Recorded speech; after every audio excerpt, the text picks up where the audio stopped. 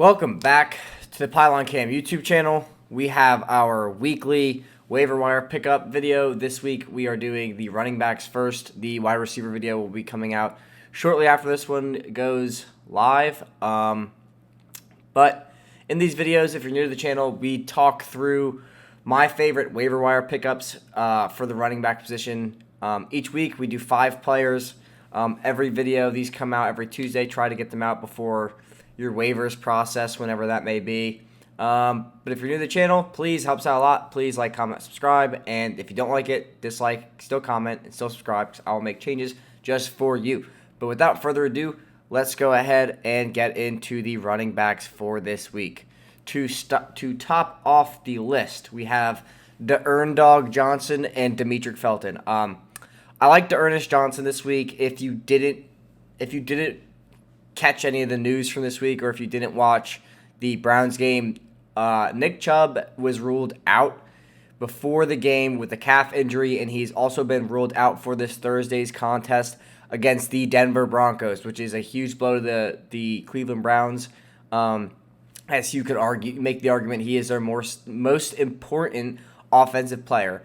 Along with him, Kareem Hunt stepped up to take over the backfield in that game against the Arizona Cardinals, and he is out. I don't think they have labeled what his injury is yet, but he will be out to, I think, 4 to 7 weeks is the timeline, which is a very long time. So in the meantime, Dearness Johnson is next up. He is their third string running back. Additionally, they have Demetric Felton, who they drafted in this draft class. He was a pretty touted prospect. He's kind of undersized in my opinion, but he's the best pass catching back in the draft. I think he caught 50 out of 60 targets in his time at Memphis. He was teammates with Antonio Gibson, who is a big name in the fantasy community who plays for the Washington football team.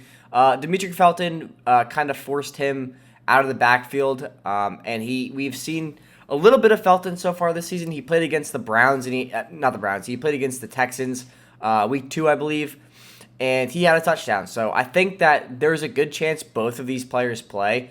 I think Demetric Felton is going to operate in the Kareem Hunt role, and Dearness Johnson is going to operate in the Nick Chubb role. But I think that, probably we're going to see most of Dearness Johnson. I think any running back behind that offensive line is going to be efficient and score fantasy points and be efficient in real life. I think that Dearness Johnson probably has a little bit larger volume than Demetric Felton is going to offer, but I also think that Demetric Felton is going to be catching most of the passes out of the backfield. So I think that in the contest against the Broncos, there's a good chance both of them get points. There's a good chance both of them score touchdowns. But the Broncos do have a good defense, even though they've lost 3 straight now. I think that they still have a good defense. So we'll see how they perform. But let's talk about the next part of this list, Ramondre Stevenson. And if you've been following this channel since preseason, when I started it, preseason 2021. I have been a huge Ramondre Stevenson fan. I've been a huge Ramondre Stevenson fan before preseason. He's just a player I really liked. He was a running back prospect that I thought would be a very good goal line back. I thought he had potential to be kind of like a player comp. I would give him as like LeGarrette Blount. I thought he could be that type of player for the New England Patriots. And what we're seeing is pretty interesting with the Patriots because they did something very similar in 2019, I believe, with their kickers, in that what happened with the situation in 2019 was every time, it was almost like every single game, every single week, if a kicker missed a kick, they were cut the following week. And we have seen that, not that drastically of players getting cut, but we have seen that with the Patriots backfield, in that any player who fumbles is completely ruled out of the backfield. So to give context, Ramondre Stevenson was the best player in preseason, you could argue. Definitely the best running back in preseason. And he played the first game against Miami, fumbled, and then was a healthy scratch for 3 straight weeks. He didn't play against the Jets, he didn't play against the Saints, and he didn't play against the Buccaneers. He didn't get another snap until week 5 against Houston. And then J.J. Taylor, who was supposed to be the James White replacement, fumbled once, and he hasn't played since. James White, who was the only back whose role was not in any jeopardy, is out for the season with an injury. And then they brought up Brandon Bolden, who's 31 years old, to play the James White role. And then you have Damian Harris, who's the lead back.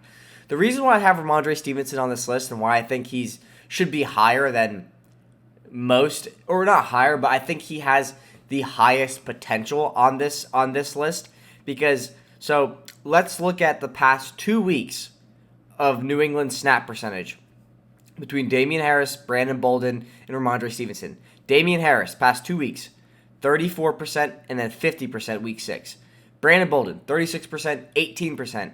Ramondre Stevenson, 34%, 32%. Here's why I like Ramondre Stevenson. Let's look at his targets last week. He saw 3 targets in week 6 against the Dallas Cowboys. I just want to wait for this to load real quick. All right, here we go. Since Ramondre Stevenson has been playing, and Brandon Bolden, over the past 3 weeks, Damien Harris has seen 3 targets, averaging 1 target per week. And Damien Harris has been battling, I believe, a hamstring or calf injury all year long. If anything were to happen to Damien Harris, which is pretty likely, I'm not saying it as if this in the off chance that this happens. I'm saying it in the fact that this might realistically happen. If Damian Harris gets hurt, this will be a 2-back backfield with Brandon Bolden and Ramondre Stevenson. And Ramondre Stevenson, who is catching passes, will also get all the groundwork, all the goal line reps. His ceiling is by far the highest, as he has the most chance for consistent play no matter what. And we know that the New England Patriots have shown that they are open to changing their backfield and who is the lead guy in their backfield and what players do what in their backfield. So that's why I really like Ramondre Stevenson. I think the sky's the limit for his volume, which is what we care about as fantasy managers. What's he going to do with his volume when he gets it? And I think he has a good chance of being a breakout candidate down the stretch if he's given the opportunity. The next player I have on this list is J.D. Mckissick. So this is why I have J.D. Mckissick on this list. So Antonio Gibson, who was a very highly a player who was a very high breakout candidate for this year, for 2021, hasn't really done anything. He has 89 rushing attempts, 357 yards, and 3 touchdowns, and then 119 receiving yards and 1 touchdown. And I think those receiving yards are incredibly inflated because he had one game. Well, let me see if I can find it. Yeah, he had week 3 against Buffalo. He had 1 reception for 73 yards. If you take that game out, he has 24, 42, 46 receiving yards. The thing with why I'm bringing up Antonio Gibson, because he is the lead back in Washington and J.D. Mckissick is the handcuff. Why I'm bringing this up is because before the season there was all this hype around, and this is from Ron Rivera. It's not from the fantasy community. This is straight from the mouth of the head coach of the Washington football team. He wanted Gibson to see a Christian McCaffrey-like workload. And what does that mean? That means 10 catches per game, rushing attempts, the whole 9. But what we've seen from this little experiment is that it's not working. It hasn't worked, and Gibson has been hurt and battling through injuries all season. He's dealing with shin stuff now. He had a toe injury at one point.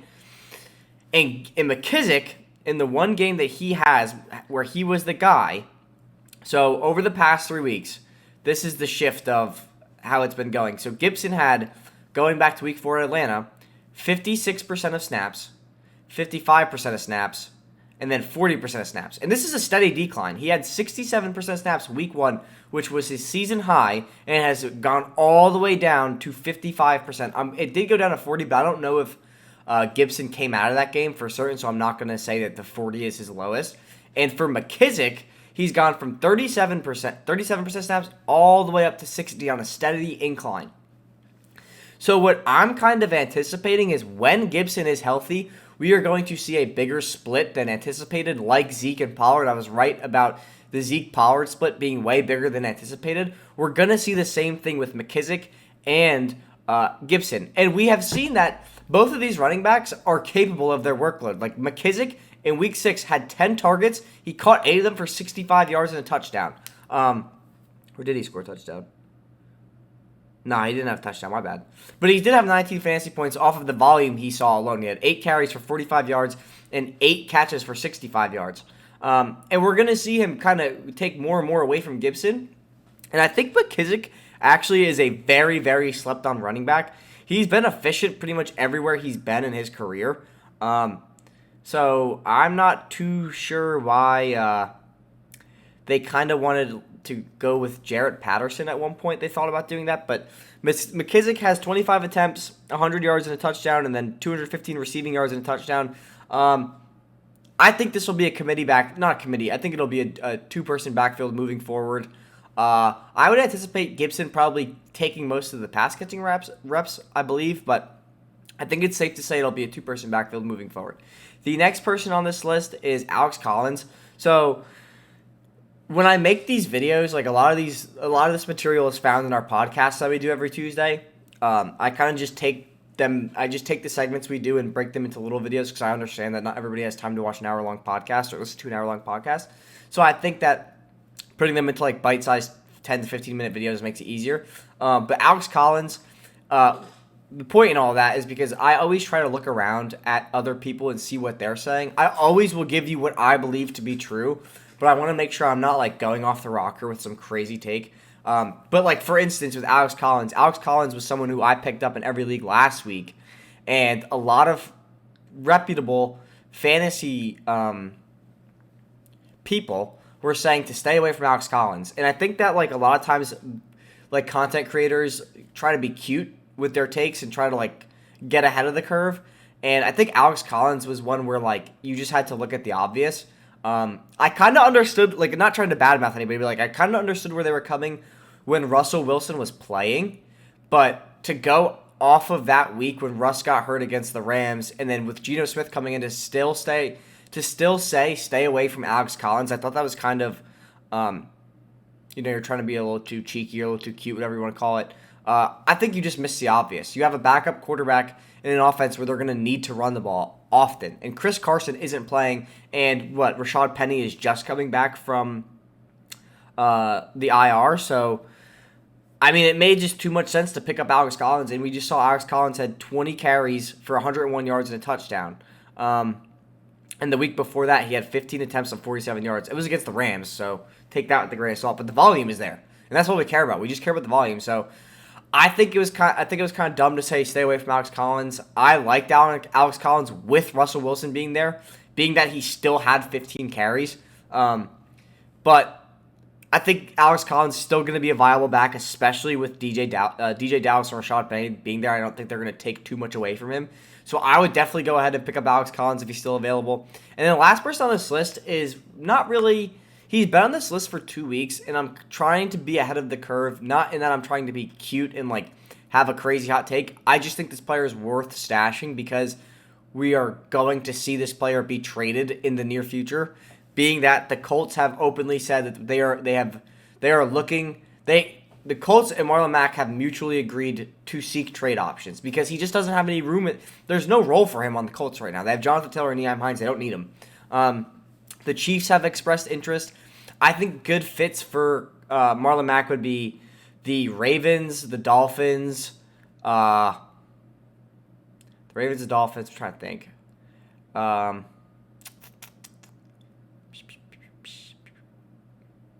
Give me a second. I'm trying to think off the top of my head. The Ravens, the Dolphins, the 49ers even could probably use them. Arizona could kind of use him. I don't really think that they would need him too badly. Houston could definitely use him because their running back group is horrible. But my point is he's going to get moved. Like that is the bottom line. He will be moved. But that's going to wrap up this video. If you liked what you heard, please go ahead and like, comment, subscribe. As always, thank you for watching. Check out our Instagram and Twitter. We have been pumping out content on our Twitter. We post on that page every single day.